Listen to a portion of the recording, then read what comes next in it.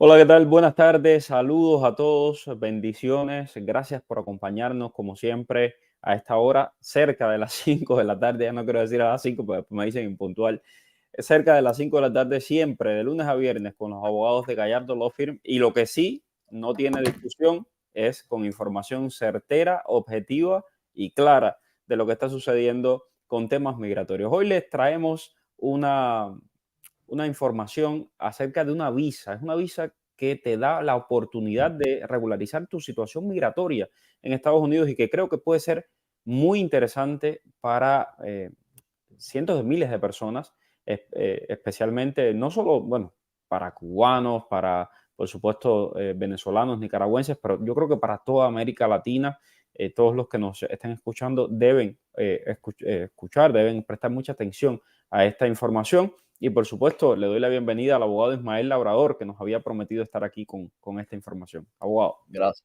Gracias, Mario. Gracias por tenerme aquí una vez más, ya terminando la semana, ¿no? Sí, termina, hoy ha sido un día para mí súper agitado porque estoy en 20 cosas a la misma vez, pero bueno, aquí estamos, aquí estamos.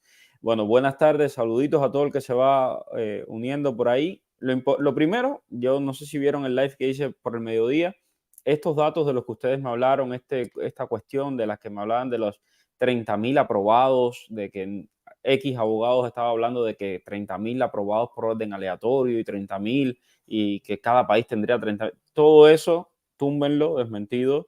Ya hablé con el Departamento de Seguridad Nacional. Nada de eso es cierto, es sencillamente que han tomado lo que dijo el Departamento de Seguridad Nacional en mayo y lo han pervertido al decir de que, bueno, hay 30.000 aprobaciones mensuales, eso no es nuevo, pero se divide entre los 4 países, no es 30.000 por cada país, como estaban afirmando algunas personas. Bueno, ahora sí, vamos a hablar de la visa U. ¿Qué cosa es esta visa U? ¿Cómo puede uno regularizarse utilizando esta visa, abogado? Bueno, la visa U es algo que presenta USCIS, un programa que presenta USCIS, que le permite a las personas que son víctimas de crímenes en los Estados Unidos de poder legalizarse. Esto, lo interesante es que muchas personas no saben que pueden legalizarse y obtener la residencia a través de esta vía. Eh, Hay muchas aristas que tiene, no es sencillo, pero a grandes rasgos es un camino para obtener la residencia inclusive. Un camino para obtener la residencia también a las personas que son los derivativos de la persona que es la principal, la que fue víctima del crimen. Pues mientras no tenga la residencia, está totalmente legal en los Estados Unidos. Es algo que te puede sacar del sistema de la corte. También es algo que te puede permitir tener tu permiso de trabajo y todo legal en los Estados Unidos hasta que eventualmente obtengas la residencia y bueno, ya entonces tienes las puertas abiertas al mundo. Pero es Oh, importante, ujú. Sí, disculpa, disculpa. le iba a preguntar, le iba a pedir que por favor nos pusiera un ejemplo concreto para que, vamos, Pepe Croqueta y para que Chuncha nos Sí, entienda. sí. Y lo más importante que yo quería decirte es que muchas, como te dije, muchas personas son víctimas de crímenes y no creen que esto es importante. Inclusive cuando tú les preguntas, ¿tú has sido víctima de algún crimen? ¿Has tenido algún problema en este país? Te dicen, no, no, no, no, yo no quiero tener líos. No, no, hay veces que cuando tuviste un problema, es bueno que lo digas porque tal vez por ahí es la solución para tu caso, para tu residencia, para quitarte el caso de corte. Ejemplo muy sencillo. Usted es persona con I-220A y entonces usted tiene un novio, ciudadano norteamericano, residente norteamericano, que lo golpea, que la asalta, que la intenta tal vez violar. No hay que llegar a tantos extremos, pero todo eso puede ocurrir. Usted hace un reporte policial, usted es una víctima de un crimen en los Estados Unidos, eso puede llegar a que usted aplique a esta visa, usted coopera con las autoridades en la detención, en la investigación, y usted puede llegar a obtener esta visa y usted puede tener su residencia debido a que usted fue víctima de un crimen en los Estados Unidos. Robo, asalto, violaciones, secuestros, violencia doméstica, muchos tipos de crímenes que, que te califican para que tú obtengas la residencia y bueno, primero que nada te legalices y después eventualmente obtengas la residencia. Ok, es decir, por ejemplo, y discúlpeme, abogado, pero trato de hacer de entenderlo yo y ayudar a las personas también a que lo entiendan. Por ejemplo, una persona que tiene I220A, que está aquí en Estados Unidos, y es estafada con, con algún tipo de trámites para regularizarse o lo que sea, esa persona podría acceder a esta visa U. Claro, tendría que estar de acuerdo en ayudar a las autoridades a detener a la Claro. persona que la estafa, etcétera. Pero podría ser. Sí, sí, por supuesto. Si tú fuiste víctima de extorsión, víctima de fraude, por supuesto que sí. Y más si tú sufriste daño al ser víctima, porque no solamente ser una víctima, tienes que sufrir los daños. ¿Y cómo se cuantifican los daños? De muchas maneras, daños físicos, daños emocionales, mentales. Y entonces, de esa cierta forma, tú puedes salirte de la corte, puedes obtener tu legalidad en los Estados Unidos y, bueno, eventualmente la residencia. Pero sí, muchas personas son víctimas de la estafa, de la extorsión en los Estados Unidos y sin saberlo, es algo que puede ayudarlos a su caso. Siempre se pregunta, pero es algo que muchas veces las personas están dubitativas a la hora de contestar porque tienen miedo que pueda ser algo malo para ellos, pero no es algo malo para ellos, es algo bueno para ellos. Ok, perfecto. Bueno, eso es una oportunidad. Entonces, por ejemplo, abogado, si una persona quisiera acceder a esta visa U, ¿qué tendría que hacer? ¿Eso se hace con quién? ¿Con la policía? ¿Se busca un abogado? Eso tiene varios requisitos. Lo ideal es hacerlo a través de un abogado porque tienes que hacer una petición con USCIS. De la misma forma que tú haces una petición para permiso de trabajo, una petición para ajustarte, tienes que hacer una petición por USCIS, con USCIS. Tienes que tener una certificación con la agencia con la cual tú estás cooperando, ya sea el FBI o sea la policía local. Y con esa certificación, más la evidencia, más tu testimonio, más otras cosas, tú presentas todo esto frente a USCIS, se procesa tu caso y obtienes la visa U. Por ejemplo, abogado, y discúlpeme, pero otra pregunta, otro caso bien concreto. Una persona indocumentada, es decir, un trabajador aquí de Homestead, una persona de Guatemala, una persona de El Salvador, de Honduras, de México, que hay muchos aquí en el sur del condado. Estas personas están trabajando y no les pagan, porque he escuchado muchos casos de esto, o incluso he escuchado casos de violencia, que han sufrido violencia por parte tanto de sus empleadores como de sus mismos familiares y de personas relacionadas con ellos. ¿Estas personas también pudieran acogerse a este tipo de visa, Sí, aunque estén depende de indocumentados? aunque sea indocumentado, usted es una persona que siempre y cuando usted sea admisible a los Estados Unidos, es decir, usted no tenga ningún tipo de otro crimen, o usted no sea inadmisible por otra razón, usted puede calificar estando aquí en los Estados Unidos. Esto es algo bastante parecido al VAWA, que es el Violence Against Women Act. Es una ley de los Estados Unidos que protege a las personas que hayan sido víctimas de crímenes, ya sean mujeres o hombres. Y entonces, aunque seas indocumentado, puedes acogerte a esta ley. Tiene varias aristas, como te dije, no es tan fácil, pero sí es un camino que muchas personas no saben que pueden explotar y tenerlo a la hora de que, para legalizarse en los Estados Unidos, para quitarse de la corte, para que te cierren esta corte y tú puedas estar tranquilo sin problema ninguno. Ok, bueno, interesante, es una excelente oportunidad. Usted dele una llamada a los abogados si cree que tiene algún caso que puede regularizar su estatus a través de esta visa U. Vamos a responder las preguntas de la Sí, audiencia. Vamos a responder las preguntas de la audiencia. Tengo por aquí, bueno, Javier Miranda pregunta que si las visas se solicitan desde aquí. Me imagino que está hablando de las visas, las famosas visas de 5 años, visas de turismo B2 para cubanos. Abogado, ¿cuál es el proceso y qué es lo que se necesita hacer desde acá? básicamente es poner la petición y pagar el fee, 180 algo dólares, dijiste ahí. 180, sí, ciento Sí, ochenta y cinco, si no me equivoco, aquí lo tengo. sí, pagar el fee de la visa, seleccionar la embajada donde quieres, donde quieres eh, ir a hacer tu entrevista. Este es tu primer paso y entonces después comienzas a llenar la petición que tiene información biográfica, información financiera, dónde te vas a quedar, cómo vas a mantenerte, información escolar, varias cosas importantes. Pagas tu fee y sencillamente esperas la entrevista. Hay Javier, que subir una sí, foto, tener una foto también, subirla. Javier, y sería bueno que efectivamente sean los familiares en Estados Unidos, etcétera, los que hagan este proceso. ¿Por qué? Porque es importante que toda la información sea correcta porque te pueden negar. Abogado, también hay otra pregunta que me hicieron y es relacionado con las personas que tienen parol humanitario y dicen, bueno, a lo mejor nos van a negar la visa por tener el parol. Son dos cosas totalmente diferentes, la visa y el parol. Históricamente, a las personas que han venido a los Estados Unidos, que tenían reclamaciones, vamos a decir, familiares a los Estados Unidos, le daban visa para venir también de visita a los Estados Unidos. Siempre le han Ok. dado visa. Ahora, recordar que esto es discrecional. El oficial puede puede dejarte saber o puede cancelarte la visa, porque una de las cosas que tú tienes que demostrar con una visa B2 es que tú no tienes la intención de quedarte en los Estados Unidos, vamos a decirlo así. Tú tienes la intención de estar temporalmente solamente, no lucrar, es decir, no trabajar.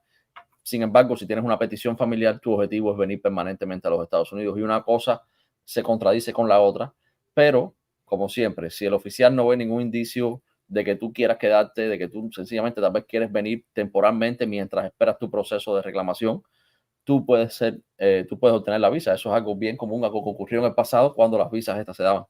Ok, tengo a Ramón Luis, gracias por ese super sticker. Ramón dice, hola, abogado Ismael Labrador, yo puse parol en febrero 17 a mi cuñada y a mi hija de 19 años que está en Cuba. Ahora mi esposa quiere reclamar a su hermana, su esposo, la hija y el niño de 15 años.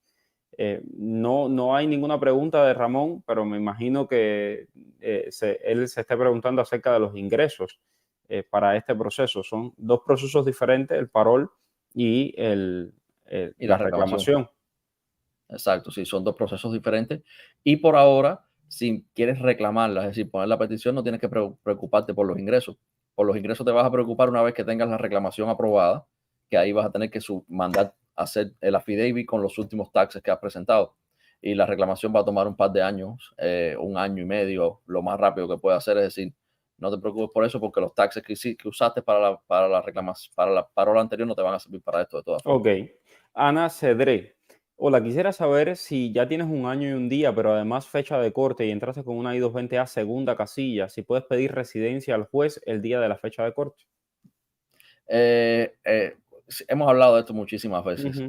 Tú no puedes pedirle la residencia al juez así. Tú tienes que poner una petición. Y aunque tú pongas una petición, si esa fecha de corte es una corte preliminar, no es la corte final, el juez no te va a permitir que tú presentes esta petición y él va a tomar una decisión sobre esta petición, porque él solamente toma la decisión el día de la corte final.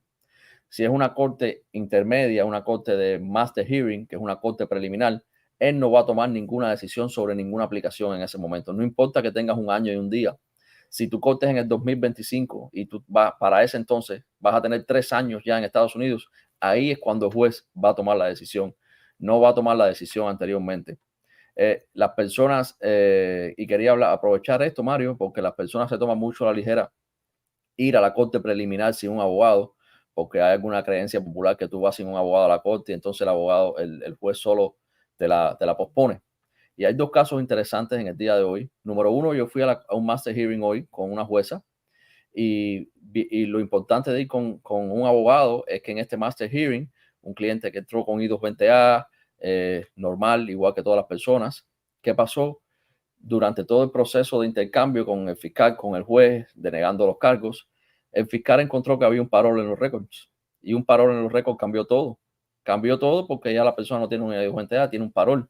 Hay que buscar ese parol vamos a poner la evidencia y sencillamente cambia el caso por completo. Pero si usted va sin abogado, sencillamente lo que te van a hacer es posponerte la corte y posponerte la corte y posponerte la corte y tú no vas a saber qué pasa. Si no te posponen la corte, como también tenemos otra persona que le pasó, que fue a la corte sin abogado, sencillamente le dieron una fecha final y ahora no se sabe qué pasó en esa corte preliminar. No se sabe si él aceptó los cargos o denegó los cargos, si él escogió un país para irse o no escogió un país para irse, porque si tú estás pidiendo asilo y tú dices que tú estás bien en irte para Cuba, entonces sencillamente estás contradiciendo lo mismo que tú estás diciendo. Exacto. Entonces, son cosas importantes por las cuales las personas juegan con la corte preliminar que no deberían jugar. Y abogado, en este caso, por ejemplo, que no se sabe ni siquiera lo que dijo en esa primera corte, ¿qué se hace? ¿Un FOIA? Volver a pedir una corte preliminar para poder y pedirle discrecionalmente al juez que nos deje modificar los argumentos y modificar los attestations que él hizo en esa corte, que él no sabe ni siquiera qué hizo. Tremendo. Bueno, vamos a seguir. Dice Lourdes que ella tiene una duda. ¿Qué pasa si no llena el requisito nuevo, la nueva casilla del tema del parol? Que si le afecta a la hora de ser aprobada. Lourdes, tengo entendido que tú ya presentaste, bueno, desde Cuba, no eres Lourdes Iglesia, pues también tengo una Lourdes Iglesia que me escribe desde Venezuela, a la cual le mando un abrazo bien grande, pero esta Lourdes desde Cuba.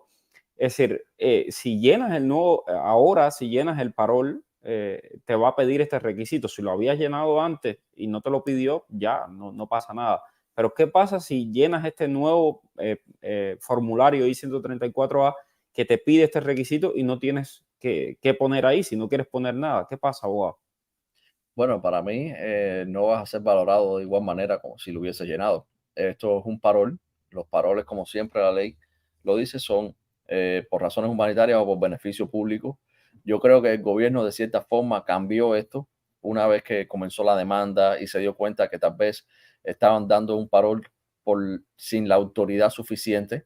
Entonces añaden nueva casilla para soportar la autoridad, que es las razones humanitarias.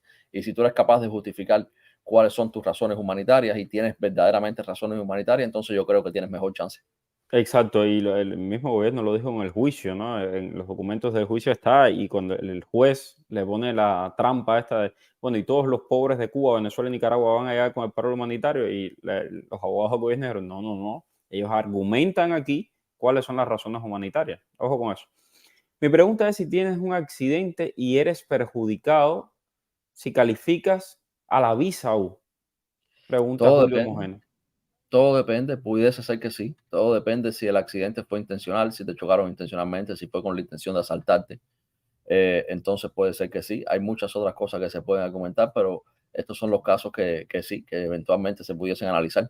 Así que Julio, llama ya 305-261-7000, siéntate con un abogado, plantéale todo y revisa tu caso. A lo mejor tienes una manera ahí para regularizar tu estatus. Bueno, las tablas que presentó Daniel sobre estos números, que es diferente de lo otro que estábamos hablando de este abogado que dijo que eran 30.000 aprobados por países y no sé qué, y unas cosas así que no es cierto. Lo que dijo Daniel es completamente cierto, son los documentos de la Corte, y estamos esperando a que nos expliquen qué significan esas cifras. Créanme que estoy buscando esa información y en cuanto las tenga se las voy a estar dando. Lo mismo está haciendo Daniel, que yo sé que también está detrás de esto, y nosotros, ya saben, vamos buscando información cierta, verdadera, para que nada los confunda a ustedes ni nos confunda a nosotros. Raquel Bilbao, muchas gracias. Dice, hola, si USCIS dice que no indiqué dónde quería procesar mi caso y que necesito llenar la I-824, ¿tengo chance de que me llegue la invitación para el programa cubano de reunificación familiar? Raquel, es un poco confusa la pregunta que me estás haciendo, porque si no indicaste dónde quiere que se procese tu caso, en qué no lo indicaste. Pero bueno, podemos pensar que dice que si no indicaste dónde quería que se procesaran tu caso y que necesitas llenar la 824. La 824 es la aplicación para tomar acción, para que USCIS tome acción sobre una petición que ya está aprobada. Ujú. Entonces, es un poco confusa la pregunta, Raquel, pero si puedes hacer llamarnos a las oficinas para darme un poco más de información, tal vez te puedo dar mejor respuesta. Gracias a Miguel de la Rosa, Michelle de la Rosa, por ese super sticker. Seguimos respondiendo preguntas. Mario Abogado, le sugiero hacer un live sobre el robo en el correo postal de las green card y los permisos de trabajo. Aquí hemos hablado del tema de los permisos de trabajo y las green card falsas, por ejemplo, y lo grave que es eso. Lo hemos hablado en criminal. Lo grave que es eso para muchos inmigrantes que no saben de que utilizar estos documentos falsos los puede llevar no solo a que nunca se regularicen, sino a un verdadero problema criminal en este país. Ok, vamos a ver. Bueno, si no recuerdas la contraseña del correo, pues no te van a llegar los mensajes. El AINE, yo te recomiendo que busques la contraseña del correo. Claro que influye. Te vas a tener que recibir unos correos ahí. Querido Mario, ¿a cuál país puede ir un ciudadano español? ¿A qué país es mejor para que le den una visa para viajar a Estados Unidos? Ofelia, hoy Periódico Cubano hizo un trabajo espectacular y les buscó cada consulado de Estados Unidos en otros países cerca de Cuba, los tiempos de espera para el tema de las visas estas de las visas de B2 de 5 años. No obstante a eso, tú eres española. Al ser española, tú puedes viajar a un montón de países solamente con tu pasaporte español y allí puedes aplicar. Entonces, aprovecha esa oportunidad. Sé que, por ejemplo, puedes viajar a México, creo que a todo Centroamérica, incluyendo Panamá. Siendo española, puedes viajar a un montón de lugares. Sí, tienes que buscar el sitio bueno, y procesar todo. Dice Raquel Bilbao, que ya respondió, ya aprobaron mi reunificación familiar, pero no puse La Habana, Cuba, y no mandan mi caso para el NBC, y ahora todo se retrasa hasta que procesen la I-824. Sí, sí, en este caso, tal vez se puede hacer un inquiry a USCIS, tratar de hablar con USCIS para que envíen la petición al Centro Nacional de Visa y ya el Centro Nacional de Visa ahí envíe la petición a La Habana. En este caso, yo creo que hay que tomar acción directa y personalizada, es decir, hablar con USCIS de cierta forma, porque la I-824 van a tomar acción sobre una petición aprobada, pero igual la petición ya está aprobada. La acción que necesitas es que la envíen a NBC, pero si USCIS no sabe a dónde dirigirla, porque no pusiste La Habana o no pusiste si eres mexicano o México, entonces puedes tener un conflicto. Dignora dice que su familia tiene puesto el parol desde mayo, su nuera estaba embarazada cuando fue puesta la aplicación. Si el bebé nace en Cuba, puede salir por ese parol, el bebé tiene que tener otro parol, ¿verdad, abogado? Otro parol y una petición I-134, un pasaporte, todo. Ok. Pedro dice que está ansioso por reunirse con su hija y su familia. Dios lo permita, Pedro. Ok, vamos a ver. Soy madre separada, tengo 3 hijos. Metí mi solicitud en CBP, no cuento con pasaporte ni mis hijos porque no sé nada de su papá. ¿Crees que esto me afecte si me dieran la cita? Bueno, no sé cómo estás sin pasaporte en México para hacer la cita. Ujú, Interesante. No te afecta nada si logras entrar a Estados Unidos, pero te van a pedir documentos de identificación. No sé exacto. cómo vas a lograr registrarte en los Estados Unidos. Dice Pedro Ángel que le diga algo que lo relaje y que no sea la paciencia. Mi estimado Pedro Ángel, este que está aquí es un servidor de la noticia. Yo soy sencillamente un periodista. Yo no doy visas, yo no tengo poder en USCIS, no tengo, soy sencillamente un periodista. Y el abogado Ismael Labradores es un abogado. Él interpreta la ley, él defiende los casos, pero lamentablemente nosotros no podemos ni cambiar las cifras de aprobaciones, ni aprobar a nadie. Por cierto, muchas personas me escriben y a mí lamentablemente yo soy uno solo y no puedo con todos los miles de mensajes. Yo les puedo enseñar ahí mi WhatsApp, tiene más de 12,000 mensajes. Bueno, y muchos casos también son de visas humanitarias. Y lo repito una vez más, porque la mayor parte de la gente lo que hago es esto, decirles sencillamente lo que pueden hacer. Diríjase a su congresista local. Eso ahí pueden ayudar. Y lo otro, pues búsquese un abogado que le tramite todo ese proceso. Ahí tienen el número de Gallardo Law Firm. Las visas humanitarias, abogado, ¿cómo hacen ustedes con las visas humanitarias? Estas visas humanitarias, la I-131, la que me estaba hablando, ¿no? Ujú, La del parol humanitario. Esto por lo general lo procesamos, tiene un tiempo de procesamiento de hasta 3 meses. Si lo pedimos de forma expedita, es decir, de forma acelerada, y en 3 meses nos dan una decisión, puede ser que nos pidan evidencia adicional, hay que responderla. Por lo general, si por razones médicas, tratamos de buscar siempre un, un reporte médico de algún doctor en Cuba, un reporte médico de un doctor en los Estados Unidos que diga cuál es el posible tratamiento, qué se puede hacer para mejorar, por qué el tratamiento de Cuba es inefectivo o qué falta en Cuba. Por tanto, la persona necesita venir a los Estados Unidos para recibir ese tratamiento.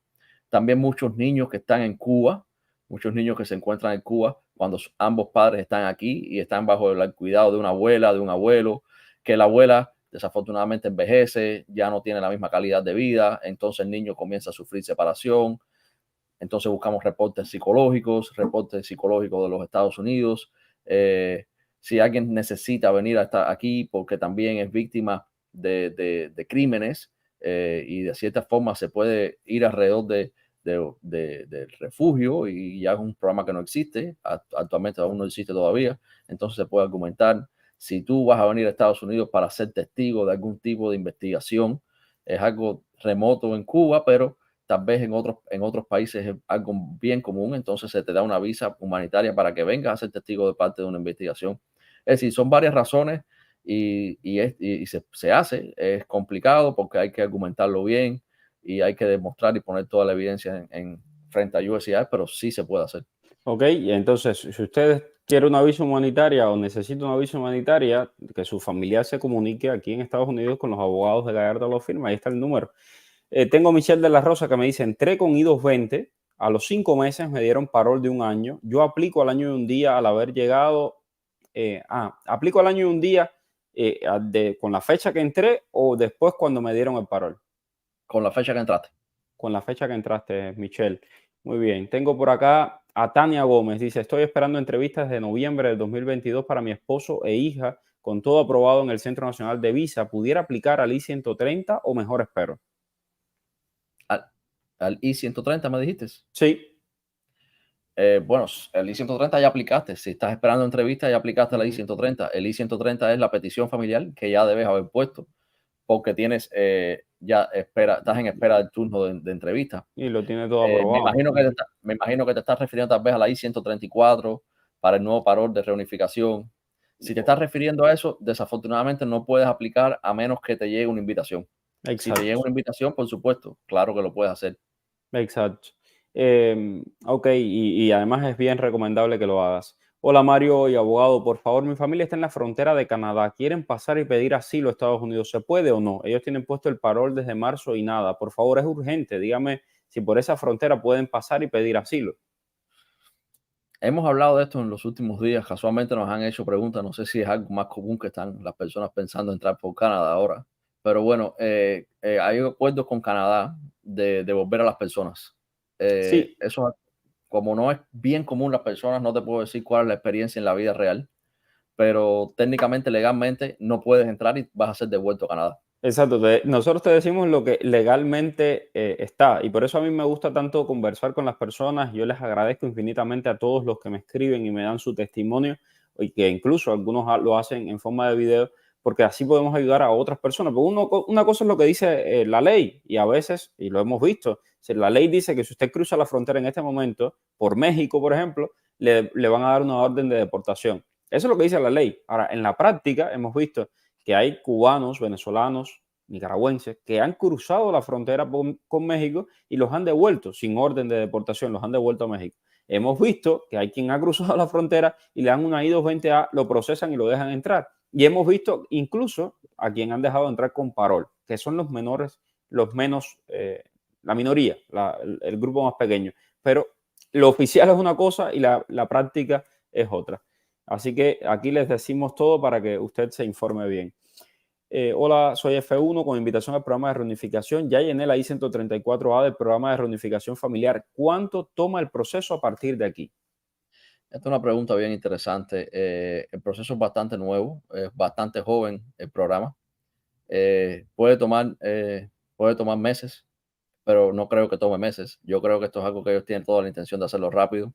Lo han dividido porque es bien, la aplicación la hace para la parte de la reunificación, es decir, estoy seguro que cuando pones la reunificación va a ir hacia otro canal, que tal vez Sí. vas a poner eso diferente. Entonces, hay que esperar. Yo creo que eso te puede tomar un mes. Por lo general, muchas aplicaciones pueden tomar hasta 90 días, pero no creo que llegue allá. Original Tattoo, cuando llegues, por favor, llámame y me lo cuentas. Es importante para que otras personas también sepan lo que está sucediendo. Mayito Hidalgo, gracias por ese super sticker. Se me acabó el tiempo. Siempre pasa con Ismael Labrador, que se nos va el tiempo volando. Gracias, abogado. Mañana nos encontramos aquí. Seguimos hablando de inmigración. Nos hablamos mañana. Gracias. Gracias a todos. Gracias a todos. No se olviden de suscribirse y seguirnos en todos los canales. Un abrazo. Dime cuál es el periodista que está en el boom. Es Mario Rincón. El periodista que te trae toda la información. Es Mario Rincón. El periodista